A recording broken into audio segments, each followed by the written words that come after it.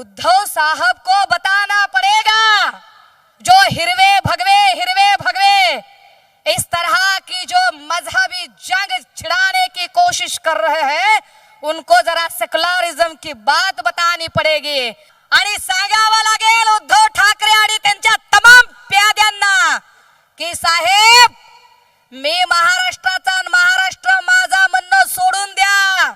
उनके दादा जो कभी कह रहे थे बजाओ पुंगी और भगाओ लुंगी, वही बजाओ पुंगी और भगाओ लुंगी के कहने वालों के पोता साहब आदित्य जी अब लुंगी पहनकर लुंगी डांस कर रहे हैं. यहाँ पर का जो उम्मीदवार है वो बीजेपी की साझेदारी करने वाला शिवसेना का उम्मीदवार है. अब सेना के बारे में हम क्या बोले भैया, वो तो अपनी आइडियोलॉजी खुद ही कॉन्ट्राडिक्ट करते रहते हैं.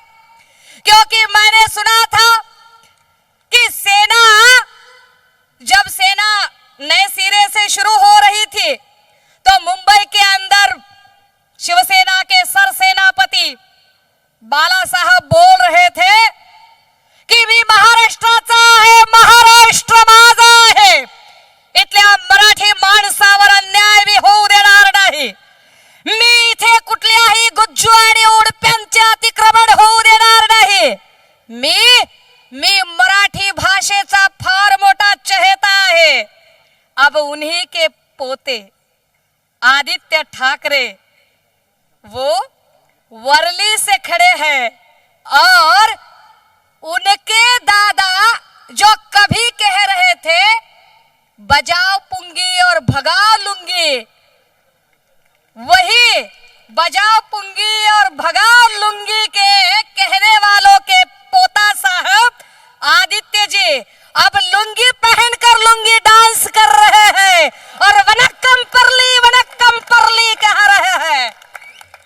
क्या इस पर सोचना पड़ेगा, ये अपनी ही आइडियोलॉजी को किस तरह से कॉन्ट्रडिक्ट करते हैं कि लोकसभा के समय पर जब उर्मिला मारतोड़ कर कांग्रेस के टिकट पर खड़ी रही थी तब उर्मिला जी की शादी कैसे मुसलमान से हुई, इस पर ये बात कर रहे थे, लव जिहाद की बात कर रहे थे. हिंदुत्ववाद्यांनो, मुसलमानाशी लग्न केलेल्या बाईला तुम्ही मत देणार का, इस तरह की जहरीली बात ये शिवसेना रख रही थी. वही शिवसेना अगर आज दीपाली सैयद जी को यहाँ टिकट देती है तो अब लव जिहाद की फिलोसॉफी कहाँ गई उनकी. वारे वाह भैया, तुम करो तो रासलीला और हम करें तो कैरेक्टर ढीला. वाह रे वाह, ये नाही चालणार हे नाही चालणार. कारण बाळासाहेबांच्या वारसदार असणाऱ्या उद्धवजींनी काय म्हटलं तिकडे औरंगाबादला भाषण करताना, काय म्हणतात ते, जे इथे उमेदवार देतात माइनॉरिटी बघून माइनॉरिटीचा, यहाँ मुसलमानों की अगर तादाद ज्यादा है तो मुसलमान उम्मीदवार देकर कास्ट पोलराइजेशन करना चाहिए. ये सोचकर जो उम्मीदवार देते हैं वही उद्धव ठाकरे औरंगाबाद में क्या कह रहे हैं. 2 दिन पहले की उनकी क्लिप है, 2 दिन पहले वो कह रहे हैं या हिरव्यांना बोकंडी घेऊ नका, या हिरव्यांना तुम्ही गाडून टाका. उद्धव साहेब, आम्ही आपल्याला शुद्ध मराठीत सांगतो, दीपाली सय्यदजींना आम्हाला बोलायचंच नाहीये, कारण त्यांनी पराभव मनातच मान्य केलेला आहे. आम्हाला त्यांच्यावर बोलायचंच नाही. आणि जर माझ्या मोठ्या भावाने सांगितलंय की ती आपली 10 दिवसाची बहीण आहे, आपण तिची विदाई करायची, तर ओके, नाही बोलायचं आम्हाला. हम मोहरों से बात नहीं करते, हम वजीर से आंख लड़ा कर बात करना चाहते हैं. इनका वजीर क्या बोलता है, क्या बोल रहे हैं ये. उद्धव साहब को बताना पड़ेगा, जो हिरवे भगवे इस तरह की जो मजहबी जंग छिड़ाने की कोशिश कर रहे हैं, उनको आपको जरा सेकुलरिज्म की बात बतानी पड़ेगी कि according to Indian constitution article first, the name of this country is India and India it is a Bharat, it's not Hindustan. ये पहले समझ लीजिए, ये समझ लीजिए कि ये क्या है, ये समझ लीजिए कि यहाँ पर क्या चल रहा है. जो कह रहे हैं की हिरव्यांना गाडून टाका, हिरव्यांना बोकंडी घेऊ नका. अय हिरव्यांनो, समजून घ्या रे तुमच्या अस्मितेबद्दल काय बोललं जाते, राजकारणाची दर्जा काय घसरवला जातोय, समजून घ्या.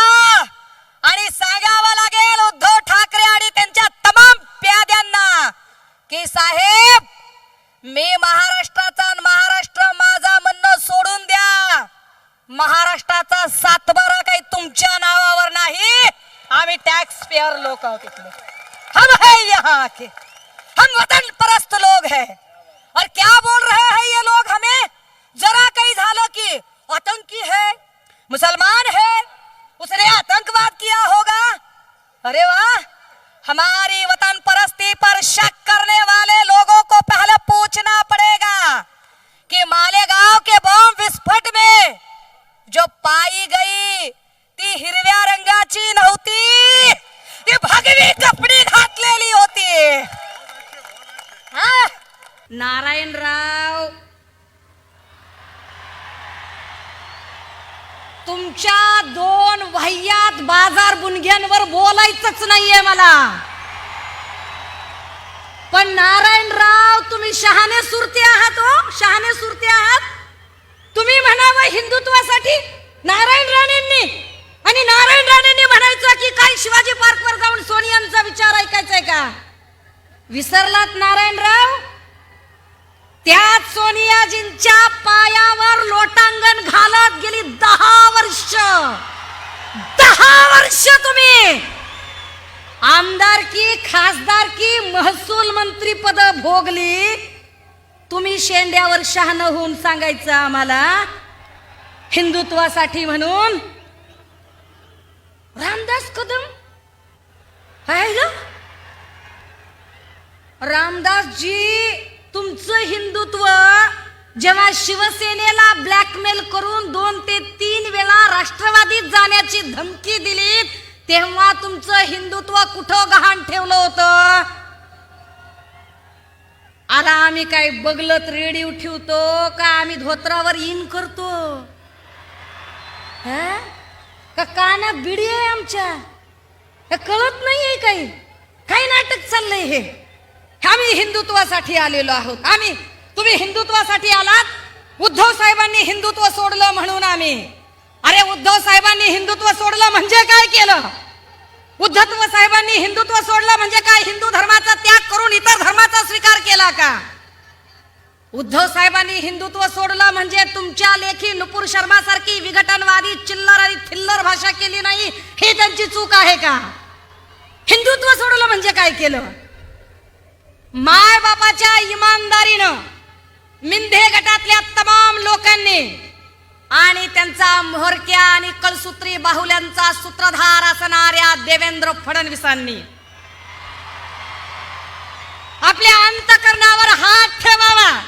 ज्या कुठल्या सर्वात्मकाला, सर्वेश्वराला, परमेश्वराला, परमपित्याला तुम्ही मानता, नसेल माना जो कुणी तुमच्या कुटुंबातला तुमचा सदस्य असेल, तुमचा नूरे नजर लगते जिगर असेल, त्याच्या डोक्यावर हात ठेवून तुम्ही सांगा, फार तुम्ही हिंदू धर्माचे भोगते असाल. हिंदू धर्मातला असा कोणता ग्रंथ आहे, कोणती श्रुती आहे, कोणतं पुराण आहे, कोणता वेद आहे, कोणता ग्रंथ आहे की ज्या ग्रंथामध्ये सच्चा हिंदू होण्यासाठी इतर धर्मांचा कट्टर द्वेष केला पाहिजे. हिंदू धर्मातली कोणती ओवी, कोणता श्लोक, कोणता अभंग, कोणतं स्तोत्र आहे की कडवा हिंदू होण्यासाठी तुम्हाला मुसलमानांचा, ख्रिश्चनांचा, बौद्धांचा द्वेष केला पाहिजे. अरे तुम्हाला जर हिंदुत्व कळलं असतं ना, तर वसुदेव कुटुंबकम माता विश्वात्मके देवे येणे वाग्यज्ञ तोषावे, हे विश्वची माझे घर, ही सगळ्यांना सामावून घेणारी हिंदुत्वाची संकल्पना तुम्हाला कळली असती जी सर्वांना सामावून घेणारी हिंदुत्वाची संकल्पना घेऊन सन्माननीय उद्धव बाळासाहेब ठाकरे निघालेले आहेत.